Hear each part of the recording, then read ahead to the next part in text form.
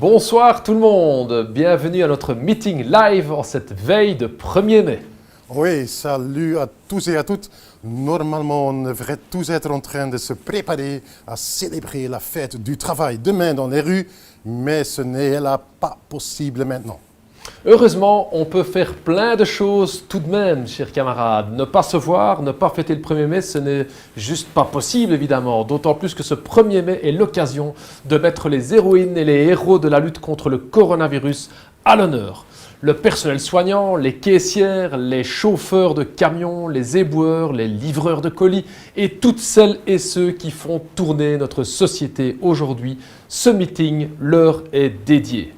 Alors nous allons donc échanger avec quelques-uns de ces héros, des héros de chez nous d'ailleurs, pour savoir comment ça se passe lorsqu'on est en première ligne contre le coronavirus et de discuter de comment nous allons éviter qu'on fasse payer à ces héros justement du corona la facture de cette crise. Oui, Raoul, parce que quand on entend certains politiciens aujourd'hui, mais bon, ça c'est pour plus tard, on en parlera notamment avec le président de la FCTB, Robert Verteneuil, et dans ce live, on ira aussi en Italie, à Cuba et en Palestine. Dan et Hashka seront ce soir en musique avec nous et on finira par une autre surprise.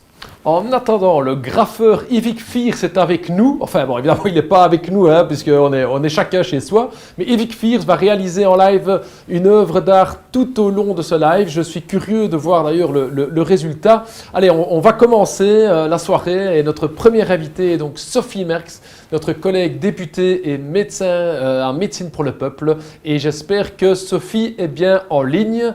Car, comme vous le savez, chers camarades, Médecine pour le peuple, ce sont donc 11 maisons médicales et 220 professionnels de la santé qui sont chaque jour sur le terrain pour lutter contre le virus. Salut Sophie, est-ce que tu m'entends?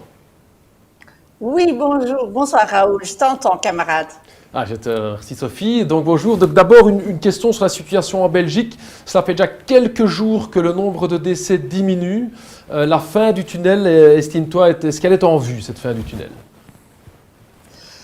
Je pense qu'effectivement, nous avons passé le pic de l'épidémie, mais la situation reste quand même assez préoccupante avec un taux d'hospitalisation de 178 aujourd'hui, par exemple, pas mal de décès qu'on dénombre encore chaque jour, la situation dans les maisons de repos où on dénombre aussi encore beaucoup de décès. Donc voilà, je pense que ça reste une situation quand même assez critique.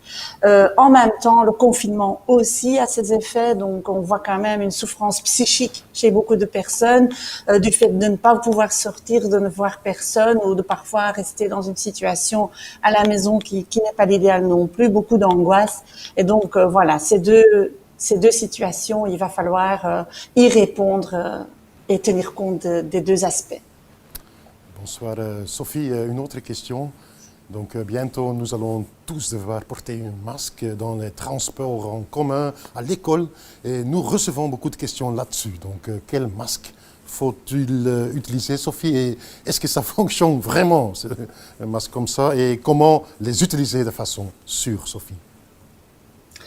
Bonsoir Peter. Donc effectivement, les gens se posent beaucoup de questions. Je pense que la première chose à comprendre, c'est que le masque est une protection supplémentaire et donc on va le porter quand on va sortir de chez nous, quand on va pouvoir rencontrer le virus en quelque sorte.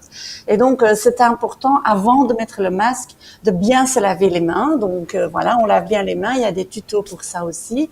Et quand on a fait ça, on va mettre le masque et je vais vous le montrer. J'en ai pris un. Et donc, on va bien le mettre aussi bien en couvrant le nez et la bouche. Donc, voilà, je vais le mettre pour vous montrer. Voilà, je l'attache derrière. En fait, à ce moment-là, je touche mon masque, mais c'est parce que je viens de laver mon masque. Et pendant mon activité que je vais effectuer, forcément, il y a des gens qui vont peut-être postillonner sur moi ou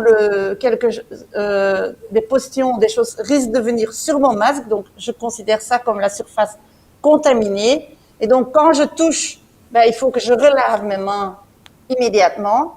Et quand j'enlève le masque, il ne faut pas toucher le côté contaminé du masque. Et voilà, il faut, s'il est en tissu, le laver très régulièrement à haute température. S'il est chirurgical, on peut le porter pendant 4 heures. Mais voilà, surtout, c'est une protection supplémentaire. Il faut toujours bien se laver les mains et essayer de garder les distances. Alors Sophie, avec Médecine pour le Peuple, vous êtes donc très actif sur le terrain, hein. Quand on a vu que le gouvernement en fait n'avait pas assez, ne réussissait pas à avoir assez de masques pour les soins de première ligne, vous en avez commandé vous-même avec Médecine pour le Peuple. Est-ce que tu peux m'expliquer un peu plus en détail ce que vous avez fait? Ben, effectivement, donc à un moment, il était clair que voilà, il n'y avait pas assez de matériel de protection qui arrivait chez les soignants. Donc, nous avons commandé nous-mêmes 60 000 masques, non seulement pour nous-mêmes, pour nos centres, nos 11 centres, mais aussi pour nos collègues des autres maisons médicales et aussi pour donner à certaines maisons de repos qui sont proches de nos centres. C'est un peu la même chose avec les tests. À un certain moment, il était très important, il était clair qu'il fallait faire beaucoup plus de tests, que le gouvernement en faisait pas assez. Entre autres, dans les maisons de repos, on a été comme les premiers à aller faire des tests avec une équipe de Médecine pour le Peuple dans une maison de repos entière. Et aujourd'hui, ben voilà, il y a un testing généralisé dans les maisons de repos qui a été décidé. Et avec nos équipes de Médecine pour le Peuple, donc venons en aide pour effectuer ce travail, aussi bien en Flandre qu'en Wallonie, qu'à Bruxelles. Et on a aussi, par exemple, déjà aidé avec certaines infirmières sur le terrain en venant en aide dans les équipes, dans les maisons de repos, par exemple. Donc voilà, c'est vraiment essayer de, voilà, d'un côté, on dénonce ce qui ne va pas, mais on est aussi là sur le terrain pour essayer de contribuer là où on peut contre le coronavirus. Alors Sophie, peu de gens le savent en fait, mais tu as été une des premières à dire que notre pays allait manquer de masques, hein, en fait, de protection. Dès le mois de janvier au Parlement, tu as été une des premières députées à interpeller la ministre Maggie De Block sur la réserve stratégique de masques. Aujourd'hui, nous allons donc tous devoir porter un masque, mais cette pénurie existe toujours. Est-ce que tu peux nous dire un petit peu plus sur cette pénurie et d'où elle vient justement ? Ben, voilà, donc d'abord, ils ont détruit le stock stratégique des masques pour des raisons budgétaires, où ils se sont dit, ben voilà, c'est pas vraiment nécessaire. Donc ça, c'est le premier scandale, bien sûr. Et puis, quand on a vu qu'on avait besoin de masques, ben, ils se sont fiés au libre marché avec toutes les conséquences, les arnaques, etc. Alors que en Belgique, finalement, on a une industrie de textile qui est quand même à la pointe. Mais aujourd'hui, au 1er mai, ben voilà, il n'y a pas un masque chirurgical qui a été produit en Belgique. On a tout laissé au libre marché. Le gouvernement est incapable aujourd'hui de fournir un masque à chaque Belge, alors que nous avons l'industrie, nous avons le know-how, nous avons les ouvriers, nous avons les outils. Et donc, nous devrions être capables de non seulement produire des masques nous-mêmes, mais aussi d'en fournir à chaque Belge qui en a besoin aujourd'hui. Oui, Sophie, autre question encore. Comprends-tu que l'on doit bientôt tous à nouveau travailler et est-ce que la sécurité est assurée ? Ben, je comprends aussi que les gens ont envie d'aller retourner au travail parce que voilà, non seulement pour le côté financier, bien sûr, mais aussi pour revoir les collègues, pour faire notre métier.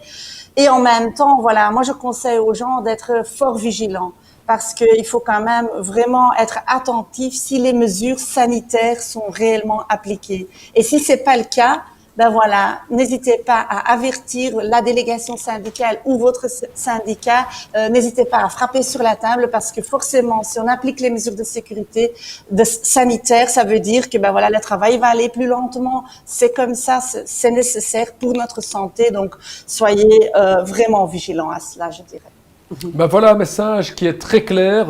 Merci beaucoup Sophie. On va rien lâcher du combat et en tout cas, félicitations pour tout le boulot que vous faites avec Médecine pour le Peuple et encore une bonne soirée.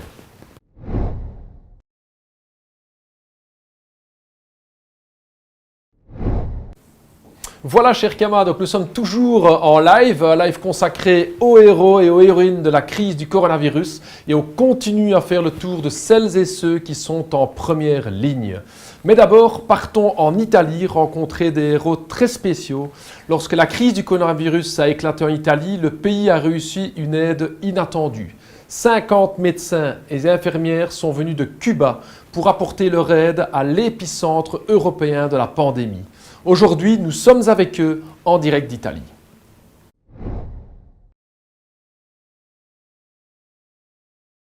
Un saludo al Partido de los Trabajadores de Bélgica por el 1 de mayo, desde acá, desde Crema, Lombardía, Italia, en nombre de la Brigada Médica Henry Riff, que se encuentra laborando en la lucha contra el coronavirus.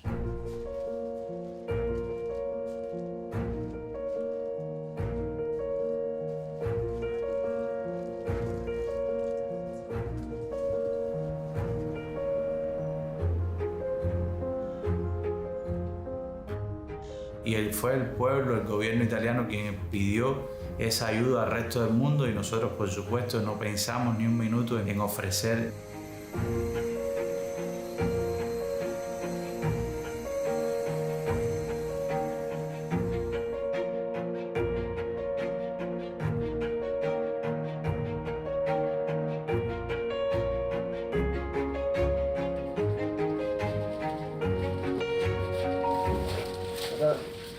Buenos días, compañero. Buenos días. ¿Qué tal? La Brigada Henry Riff es una brigada de médicos y enfermeros especializados en graves epidemias y desastres naturales.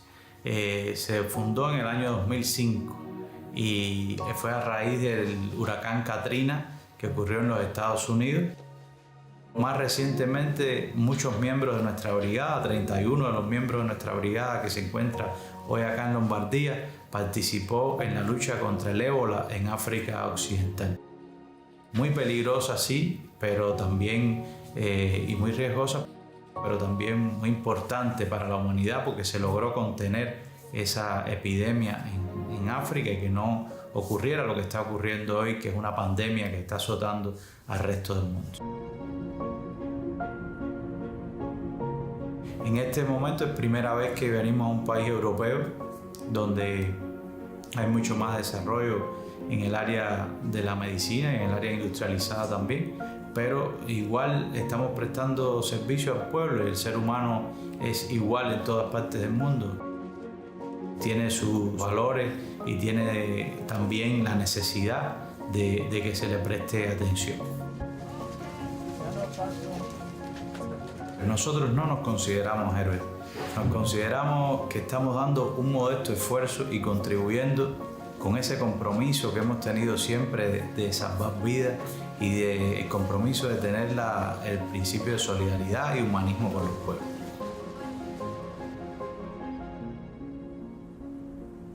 Y no solamente da lo que le sobra, sino comparte lo que tiene.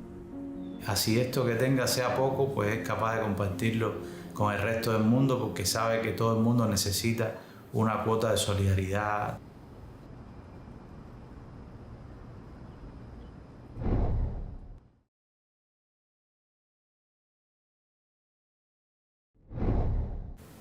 Oui, ces images exclusives d'Italie sont vraiment impressionnantes, hein. Il y a des pays dans le monde qui exportent des bombes et puis il y a d'autres pays qui, comme Cuba, exportent leur solidarité. Malgré ce blocus économique que Cuba subit des années, Cuba choisit d'envoyer 1200 médecins et infirmières dans les pays d'Europe, d'Afrique, du Moyen-Orient et d'Amérique latine pour lutter contre le corona.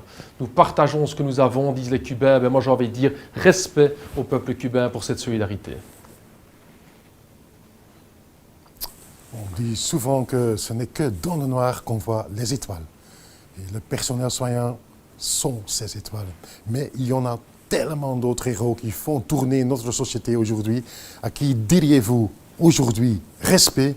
Qui sont pour vous les héros à mettre à l'honneur? Mettez votre héros à vous en commentaire en dessous de cette vidéo parce que chacun et chacune d'entre eux mérite qu'on les applaudisse.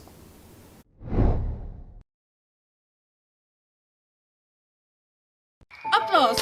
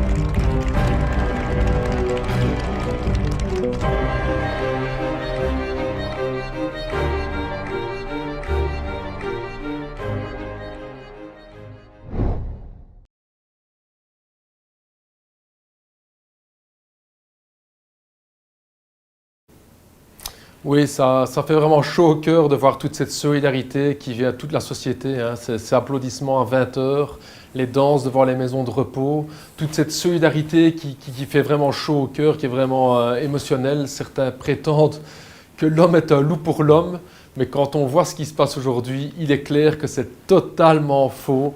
L'homme est un être social, ou comme le disait notre docteur de médecine pour le peuple, Dirk Van Dup, l'homme est un super coopérateur. Alors nous, c'est clair, on a la solidarité dans le sang.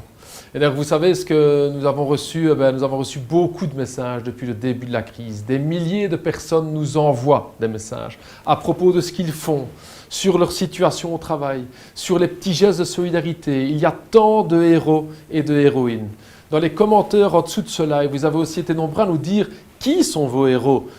Les héros des soins de santé, évidemment, mais aussi le personnel roulant de la SNCB, les cuistots qui préparent les repas à la maison, les chauffeurs de camions qui approvisionnent les magasins, les agriculteurs, parce qu'autrement, on n'a rien à manger, les cuisiniers qui font des repas emportés, les femmes de ménage, les éboueurs. Je ne peux pas lire tous les commentaires, mais en voici encore un qui me touche vraiment et qui dit « Raoul, un grand merci à tous les bénévoles qui s'engagent de façon désintéressée. » Oui, Raoul, et personnellement, mes héros de la semaine dernière, ce sont les dockers d'Anvers. Parce que rendez-vous compte, ils reçoivent donc une prime parce qu'ils continuent à travailler pendant la crise. Et au lieu de la mettre en poche, ils offrent cette prime aux patients atteints du coronavirus. Et donc les dockers d'Anvers ont utilisé leur prime pour acheter 40 tablettes qu'ils ont offertes à des hôpitaux afin que les patients atteints du coronavirus puissent donc continuer à communiquer avec leur famille confinés à la maison. Et donc, en bref, je trouve ça, Raoul, vraiment impressionnant. Oui, Peter, et il y a aussi les facteurs d'Anderlecht qui sont partis à 40 camionnettes pour encourager le personnel soignant de l'hôpital. Et on voit là la plus importante et la plus belle des valeurs de la classe ouvrière, cette incroyable solidarité qui fait notre force. Et cette solidarité se manifeste de manière aussi très concrète dans cette crise. Donc, parce que saviez-vous que les travailleurs de Seat en Espagne ont complètement reconverti la production de leur usine. Et donc au lieu de faire des voitures, ils y fabriquent des respirateurs maintenant. Donc vraiment avec les moteurs des essuie-glaces et les boîtiers des boîtes de vitesse. D'ailleurs, Audi Bruxelles fait de même. Donc au lieu de produire des voitures, ils ont déjà fabriqué 40 respirateurs en coopération avec la VUB. Ouais, ce que nous montre cette crise du coronavirus, c'est qui fait véritablement tourner notre société aujourd'hui. Et ce ne sont pas les patrons au salaire insensé, ni les captains d'industrie, ni les experts en montage fiscaux. Ils prétendent depuis des années assurer la prospérité de notre société, mais c'est totalement faux. C'est la classe ouvrière, c'est les travailleurs qui font tourner notre société. Des hommes et des femmes ordinaires, celles et ceux qui travaillent, qui bossent. Ils sont peut-être absents des talk shows ou des éditeurs des journaux, et pourtant, si les choses fonctionnent, c'est grâce à eux.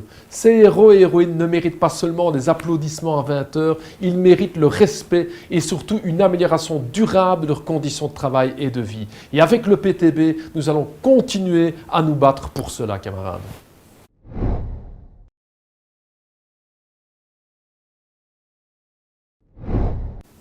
Alors le meilleur moment pour nous rassembler dans cette lutte, évidemment, c'est bien sûr la fête du travail.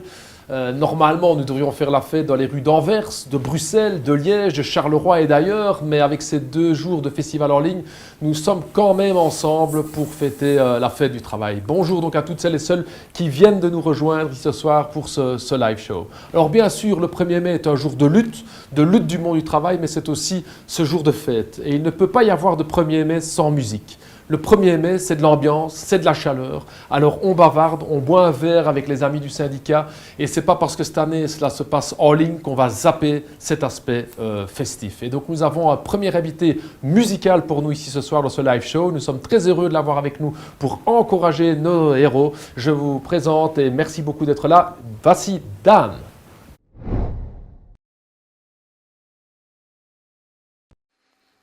Bonsoir tout le monde, je voulais pas faire de la politique en ce moment, mais comme je vois que je suis entouré par des experts et surtout des gens qui ont le cœur au bon endroit, j'ai quand même voulu participer à honorer nos héros.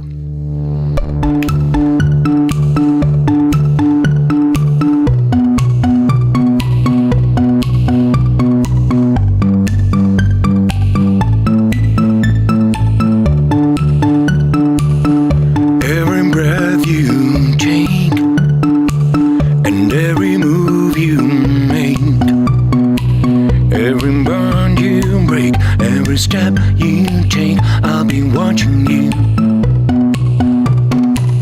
And every single day, and every word you say, every game you play, every night you stay, I'll be watching you. Oh, can't you see? You belong to me. How my heart aches with every step you take, and every move you make, and every vow you break, every smile you fake, every claim you stake, I'll be watching you. Since you've gone, been lost without a trace, I dream that I can only see your face. I look around, but it's you I can't replace. I feel so cold and I long for your embrace. I keep crying, baby, baby, please.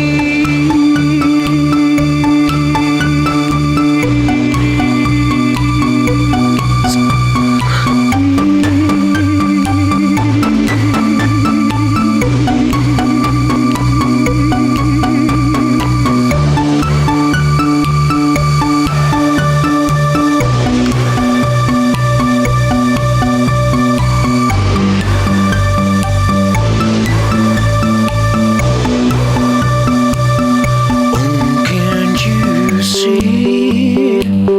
You belong to me. How my heart aches with every step you take, and every move you make, and every vow you break, every smile you fake, every claim you stake, I'll be watching you. Every move you make, every step you take, I'll be watching you.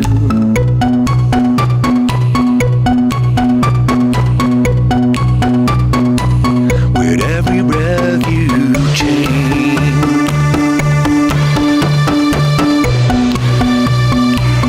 with every breath you take,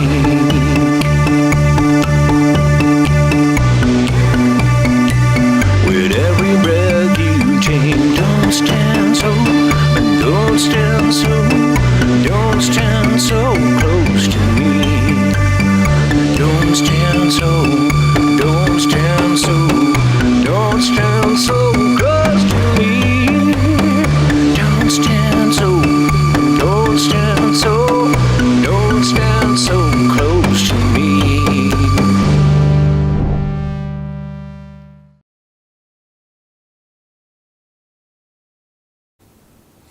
I like Dan. Merci Dan, si vous nous rejoignez maintenant. Bienvenue à notre live consacré aux héros et héroïnes de la lutte contre le coronavirus. Et donc, entre-temps, Yvick Fiers a commencé sa fresque en direct. Et on va aller voir comment ça se passe. Eh bien, donc c'est bien parti. On se réjouit de voir la suite. Raoul. Oui, et dans un instant, nous allons nous entretenir avec Ahed Tamimi, cette jeune activiste palestinienne devenue célèbre dans le monde entier il y a 2 ans pour ses actions de résistance à l'occupation. Nous discuterons notamment avec elle de la situation à Gaza.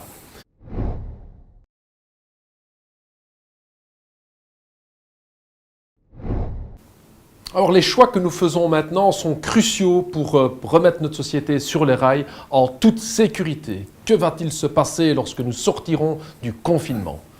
Raoul, nous avons beaucoup de leçons à tirer de ces derniers mois. Nous avons vu ce qui compte vraiment, ce qui est essentiel dans notre société et ce qu'il faut corriger. Il est important de ne pas oublier tout cela et d'en tirer toutes les leçons une fois que la crise sera derrière nous. Nous devons continuer à nous battre pour une société plus juste. Nous allons discuter dans un instant avec Ahed Tamimi, qui aura certainement beaucoup à nous dire à ce sujet. Mais je vous propose d'abord de nous demander, après le corona, que faut-il changer, Raoul? Oui, que faut-il changer? Les intérêts des milieux économiques sont opposés aux intérêts de la société et de notre santé. Il y a une lutte essentielle à ce sujet qui se mène en Belgique, mais aussi dans tous les pays confrontés au coronavirus. Et un pays par excellence où cette lutte se mène, c'est en Italie évidemment. Nous avons donc demandé à Francesca Redavid, la secrétaire générale du plus grand syndicat italien de la métallurgie, de nous donner son avis sur cette question. Écoutez Francesca Redavid.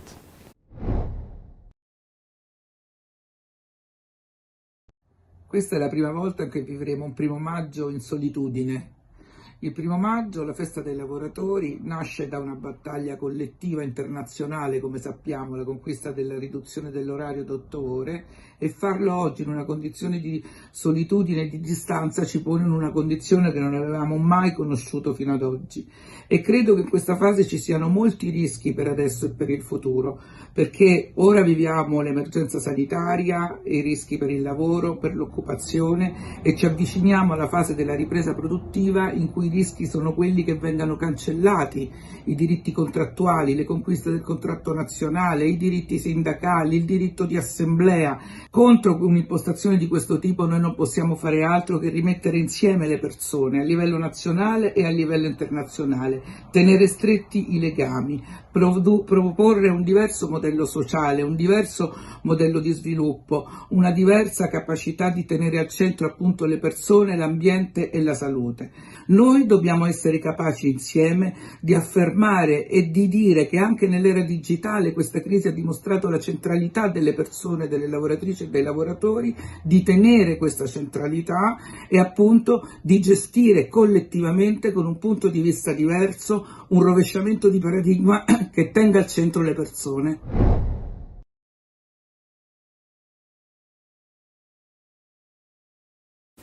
Merci camarade Francesca. Ce combat donc nous devons le mener ensemble au niveau international pour des conditions de travail sûres, pour notre santé. Et une autre question majeure se pose, qui va payer les milliards que coûteront la crise du coronavirus? Le monde politique a clairement sa réponse et Jan Jambon, le NVA-ministre-président de la région flamande, déclare par exemple... We gaan een putteke maken toch, hè? Ja, we zijn volop een putteke. En wie gaat dat dan betalen aan het einde van de rit? Hebben we daar al over nagedacht? Maar aan het einde van de rit is het met publieke financiën altijd de belastingbetaler die het gaat betalen. Altijd. Et donc, bien pas cette fois-ci, Jan Jambon. Nous allons faire en sorte que cela change. Ce n'est pas aux héros du coronavirus de payer pour cette crise, Raoul. Attends, Peter, il n'y a pas qu'Yann Jambon qui dit que c'est les travailleurs qui doivent payer. Hein. Non, j'en ai aussi qui disent la même chose en Wallonie. Hein. Donc, il faudrait écouter ce que le président du MR, Georges-Louis Boucher, a déclaré dans la presse. Et je le cite là, c'est « Nous devons tous faire des sacrifices ». Et il n'est pas le seul à dire ça en Wallonie. Hein. Elio Di Rupo répète d'ailleurs la même idée. Je propose d'ailleurs qu'on écoute Elio Di Rupo. Il faut être honnête. Tout le monde va devoir perdre une partie de ses revenus.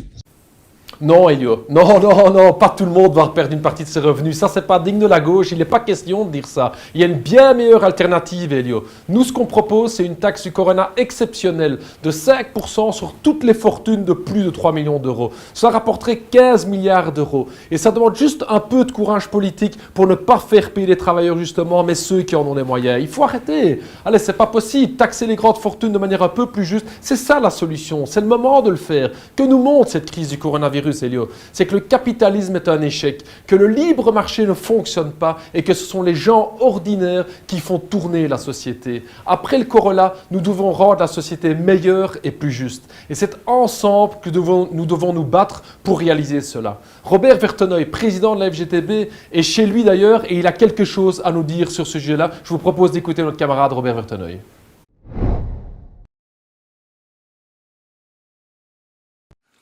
Camarades, en ces temps incertains et troublés où chacun s'interroge sur l'avenir, je voulais vous dire, plus que jamais, ensemble, on est plus fort. Je compte sur vous toutes et tous pour que demain nous décidions un avenir plus juste. Une société d'où sera banni le profit pour le profit, réservé à un petit nombre de personnes exploitant les autres. Une société où toute entreprise humaine n'aura pour objectif que le bonheur du plus grand nombre. N'en déplaise à certains, le monde de l'égoïsme et du pognon pour le pognon est mort. Aujourd'hui, ce vieux monde et ses idées rétrogrades doivent disparaître et laisser place à la solidarité et à la justice sociale. Le 1er mai a toujours été particulier pour le monde du travail. C'est le moment où les travailleuses et les travailleurs du monde entier réclament à l'unisson de nouveaux droits sociaux. Ce 1er mai 2020 marque le début d'un combat qui nous honorera, celui qui bâtira un nouveau monde. Kameraden, beste vrienden, ik wens je een gelukkige externe. Morgen zullen we samen een rechtvaardiger wereld tekenen. Prenez soin de vous et de vos proches. Solidarité et combat, camarades. Solidariteit en strijd, kameraden. Samen sterk.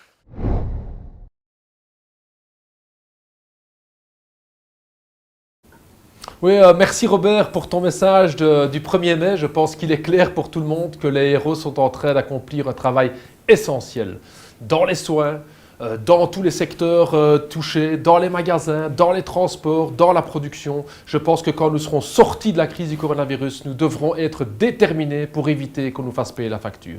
La détermination, c'est ce qui caractérise notre autre invité. C'est avec un grand honneur que je vous présente Ahed Tamimi, militante palestinienne. Donc elle n'a que 19 ans et pourtant elle se bat tous les jours pour la liberté en Palestine. Et j'ai peine à imaginer à quel point sa situation est difficile. Et pourtant elle ne baisse pas les bras. Elle est pour moi une source d'inspiration et de courage. Et je suis très très heureux d'avoir discuté ce matin avec elle.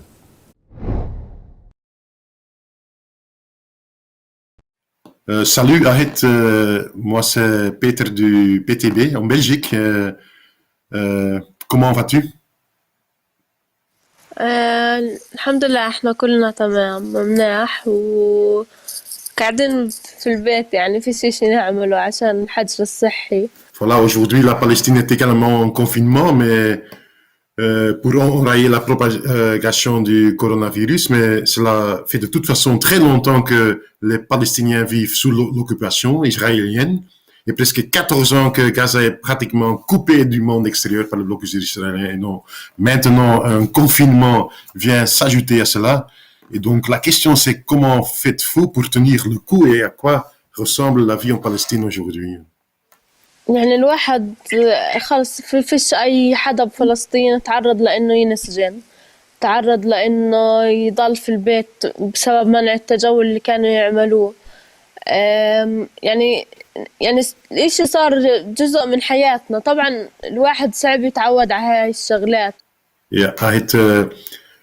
Ici en Belgique, on nous manque les amis, on nous manque la famille. Comme pour vous, pour toi, qu'est-ce que tu te manques le plus à ce moment-ci? طبعا أكيد الكل مشتاق لأصحابه للعيلة إنه يطلع يعني يطلع مع أصحابه يروح يقعد بمكان فيه هوا مش يضل في البيت. Le système de soins de santé palestinien est-il réellement préparé à une épidémie massive du coronavirus parce qu'ici on entend qu'il y a manque de tout, que ce soit des médicaments, des respirateurs. Est-ce que le cas? طبعا كله بسبب الحصار مش مهيأ لأنه إحنا لا بنقدر ندخل أدوية زي ما بدنا، لا بنقدر ندخل أجهزة تنفس زي ما بدنا. عشان هيك يعني شوي الحجر الصحي عنا مشدد. انت لما بدك تدخل حبة أكامول بدك لازم تاخذ موافقة من إسرائيل عشان تدخلها. Là, ici en Belgique, il y a Bella Ciao chaque soir, un petit peu comme chanson de résistance. Et je me demandais, est-ce qu'il y a une chanson pour le moment en Palestine ou comment exprime la résistance et la solidarité, comment s'exprime-t-elle aujourd'hui en Palestine? لا فيش أغنية محددة اللي الكل يغنيها عشان إنه تحدد التضامن، بس يعني الكل واقف مع بعض، الكل قاعد بيساعد. حتى في شباب بنزلوا بيعملوا حواجز عشان يعقموا الناس قبل ما يفوتوا على أي بلد. في كثير شباب قاعدين بتطوعوا عشان يعقموا أي حدا، يعقموا المحلات، يعقموا كل إشي. لازم نوقف مع بعض عشان ندافع عن أو نحمي حالنا ونحمي مستقبلنا. وبتوقع إنه لازم كل الشباب في العالم أو الكل في العالم يوقفوا إيد واحدة ويناضلوا عشان مستقبلهم، عشان يصير في أولوية للنظام الصحي على الرياضة، على العسكرية، على الأمور الحرب. لازم يكون في أولوية للصحة قبل كل إشي. Une dernière question, Aït, pour toi personnellement, où est-ce que toi tu trouves cette force pour continuer à aller de l'avant? Donc c'est quoi votre force pour continuer à se battre? أول إشي القوة ضد الاحتلال بتيجي من الناس اللي حوالي، من المواقف اللي صارت معي بحياتي، شعور إنه هم في أرضك وإنت بتقدرش توصلها، شعور إنه يقتلوا حدا بتحبه قدامك. هاي الشغلات كلها ما بتضعفنا، بتعطينا قوة عشان نضل مكملين كل الفلسطينية عشان نناضل ضد الاحتلال. بنحب بلدنا، بنحب وطننا، بنحب الحياة، بنحب نعيش، فبدناش لأي إشي يأثر علينا. بدناش نسمح لمرض إنه ينهي حياتنا. إذا احتلال كامل ما قدر ينهينا، فمش راح نسمح لمرض إنه ينهينا أكيد. Bon, un grand merci, Aït. J'espère que pour toi c'est possible bientôt de revoir ta famille et tes amis. Nous avons beaucoup de respect pour toi et pour la lutte palestinienne et nous continuerons évidemment à soutenir votre combat ici en Belgique. Donc, vive la vie, vive les amis et la famille, vive la Palestine. شكرا لكم، شكرا كثير. Ciao. باي. Bye.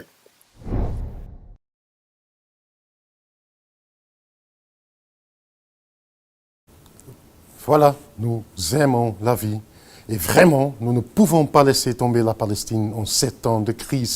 Ils ont besoin de tout notre soutien et c'est l'occasion de vous parler de Viva Salut, cette ONG belge qui organise actuellement une collecte de fonds pour aider la Palestine à lutter contre le coronavirus. Et donc, vous trouverez toutes les infos ici, sur le site vivasalut.be. Merci Peter. Alors notre deuxième invité musical ne baisse pas lui non plus les bras. Nous avons donc la chance d'avoir parmi nous Kadour de HK et les Saltimbanques. Alors HK, c'est bien sûr l'hymne On lâche rien, hein, cet hymne de combat qui résonne depuis 10 ans dans toutes les manifs, que ce soit en France, que ce soit en Belgique. Et HK, c'est vraiment On lâche rien, ça, car même en plein confinement, il a donc réussi l'exploit de sortir un morceau intitulé Pour les autres, en solidarité avec les soignantes et les soignants. On va écouter leur ce morceau, mais avant cela, je vais vous partager un extrait de l'échange que j'ai eu avec lui cette semaine.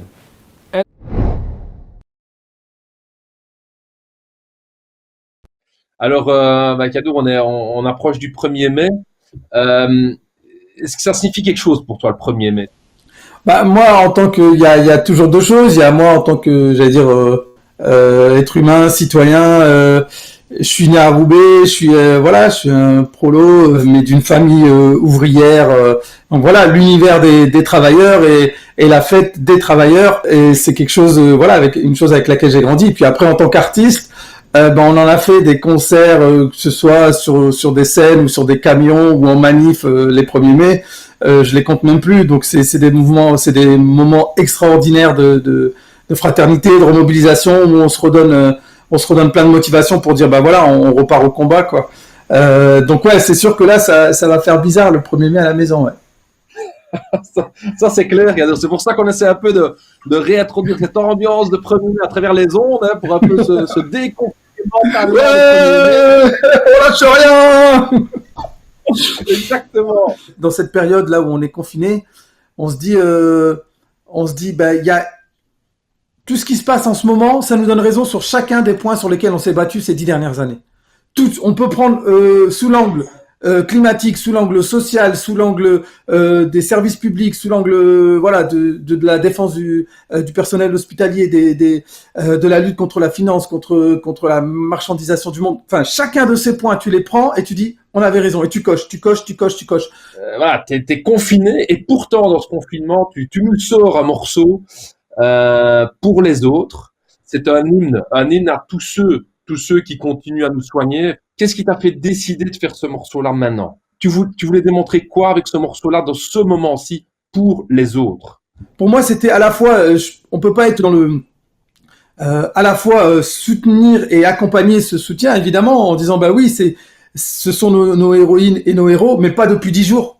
C'est depuis 100 ans, 1000 ans, depuis l'aube des temps, je dis dans la chanson, et à la fois dénoncer cette hypocrisie de nos gouvernants, quoi, qui ont vraiment peur de rien, qui surfent sur la vague en disant ah regardez comme ils sont merveilleux. Et puis en France, il y a 6 mois ou peut-être 1 an, pas si loin, quand ils manifestaient pour demander des moyens, ils se prenaient des gaz lacrymogènes, quoi. Il y a des images et des vidéos qui sont dramatiques quand ils les regardent a posteriori en disant mais putain, mais donc il faut vraiment dire ces deux choses-là pour en même temps les soutenir, en même temps dénoncer l'hypocrisie, quoi.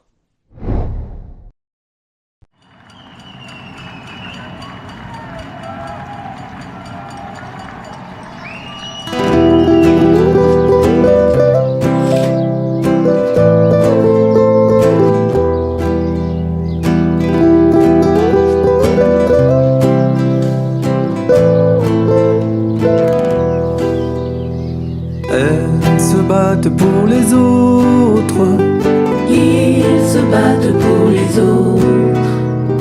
Elles se dévouent pour les autres, ils se dévouent pour les autres, pour leur honneur et pour le nôtre. Voilà enfin venu le jour où on les applaudit. Aux petits soins, aux grands secours, elles protègent la vie. Soigner les gens, petits ou grands, elles en ont fait le serment. Depuis 10 jours, depuis 1000 ans, depuis l'aube des temps. En pleine nuit, le souffle court sur la corde raide. Elles s'oublient, elles accourent quand quelqu'un crie à l'aide. Et quand elles n'auront plus d'elles, qui viendra les sauver? Qui se dévouera pour elles comme elles l'ont toujours fait? Elles se battent pour les autres, ils se battent pour les autres.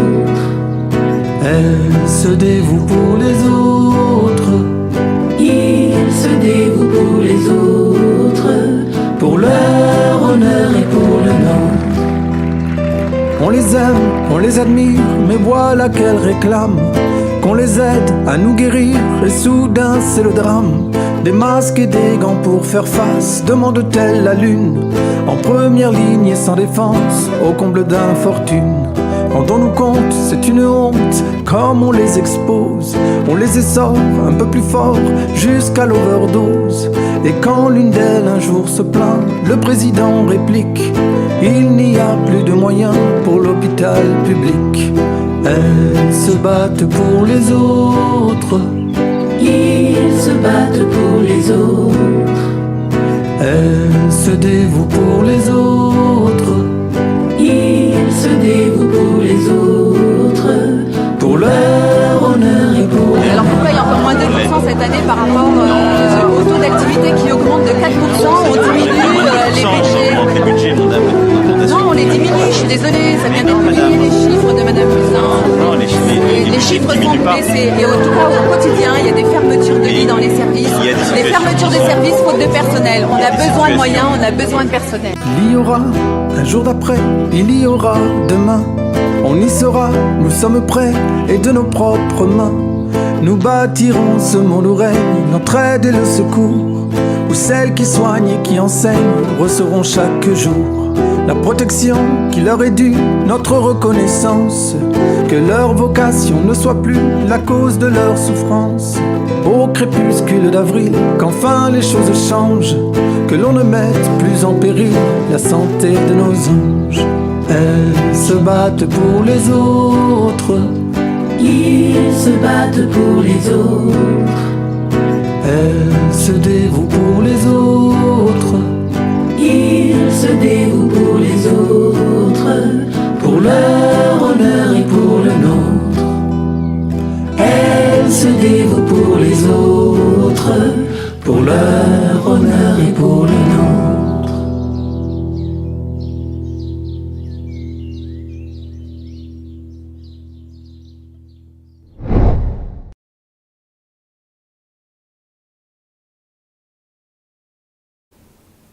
Ouais, superbe morceau de HK, les Saltimbanques. C'est vraiment un bel hommage musical aux héroïnes et aux héros de cette crise.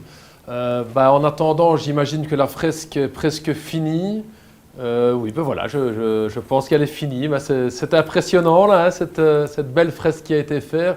Dès qu'on pourra sortir, on passera à aller faire un petit coucou pour aller voir ça de plus près.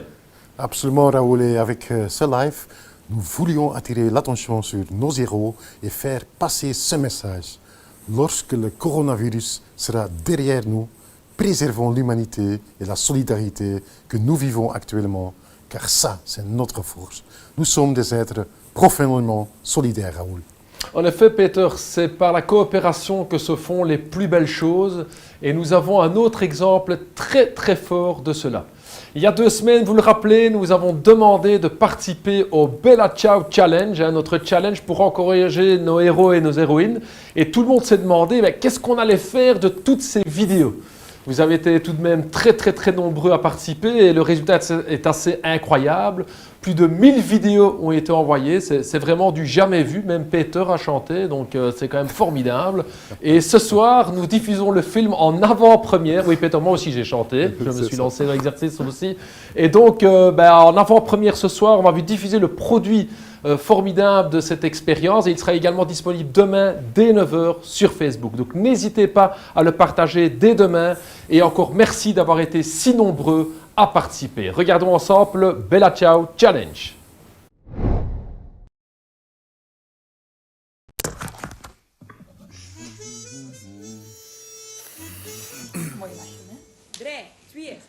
Una mattina mi sono alzato.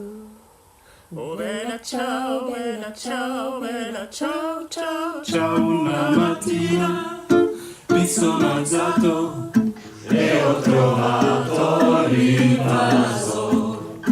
Oh partigiano, portami via. Oh bella ciao, bella ciao, bella ciao, ciao, ciao. Oh partigiano, portami via. Che mi sento di morir. E se io muoio da partigiano, oh bella ciao, bella ciao, bella ciao, ciao, ciao. E se io muoio da partigiano, tu mi devi seppellire e seppellire lassù in montagna. Oh bella ciao, bella ciao, bella ciao, ciao, ciao. E seppellire lassù in montagna sotto l'ombra di un bel fiore. E le genti che passeranno. Oh bella ciao, bella ciao, bella ciao, ciao, ciao. E le genti che passeranno mi diranno che bel fiore. E questo è il fiore del partigiano. Oh bella ciao, bella ciao, bella ciao, ciao, ciao. E questo è il fiore del partigiano. Molto bella libertà. E questo è il fiore del partigiano. Molto bella libertà.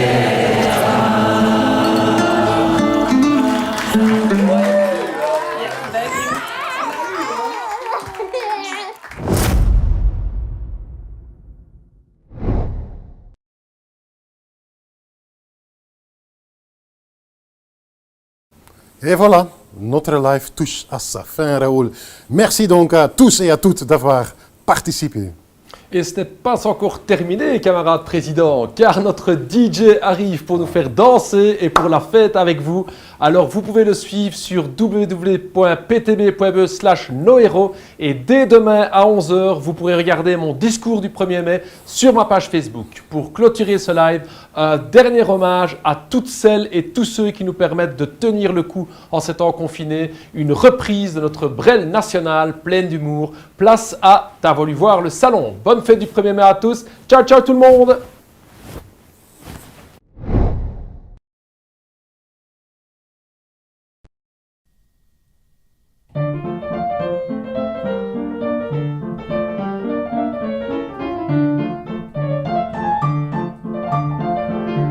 voir le salon et on a vu le salon. T'as voulu voir la chambre et on a vu la chambre. T'as voulu voir le placard et on a vu le placard. T'as voulu voir la fenêtre et on a vu la fenêtre. T'as voulu voir les chiottes et on a vu les chiottes. J'ai voulu voir le balcon, on n'avait pas de balcon. Ouais, c'est con. J'ai voulu voir Arte, j'ai vu Christophe Barbier. J'ai voulu voir Romer, j'ai vu Bruno Le Maire. J'ai voulu voir Twitter, j'y suis resté 8 heures pour ou contre Raoult, je sais plus trop j'avoue. Est-ce qu'Olivier Véran vaut mieux qu'Agnès Buzyn et Benjamin Griveaux dans tout ça, qu'est-ce qui tient? Je me demande bien. Oh mais, je te le dis, je regarderai pas Macron faire son allocution à 20h ce lundi. Je préfère recompter les lattes du plancher. Il y en a 48, c'est fou que le temps passe vite. T'as voulu voir Macron et on a vu Macron. Maintenant tout est plus clair, on sait ce qu'il faut faire. Pour pas se contaminer, il faut se confiner. Mais pour se déconfiner, faut être immunisé. Pour être immunisé, faut se faire contaminer. Pour se faire contaminer, il faut se déconfiner. C'est QFD. T'as voulu mettre un masque, et bah y'avait pas de masque. Mais je peux t'en faire un à base de sopalin. J'ai voulu truc de ouf, aller acheter de la bouffe. Mais juste au coin de la rue, un flic m'est tombé dessus. J'avais pas marqué l'heure sur mon attestation. J'avais une mode de beurre, n'a coûté tant de pognon. Inflation.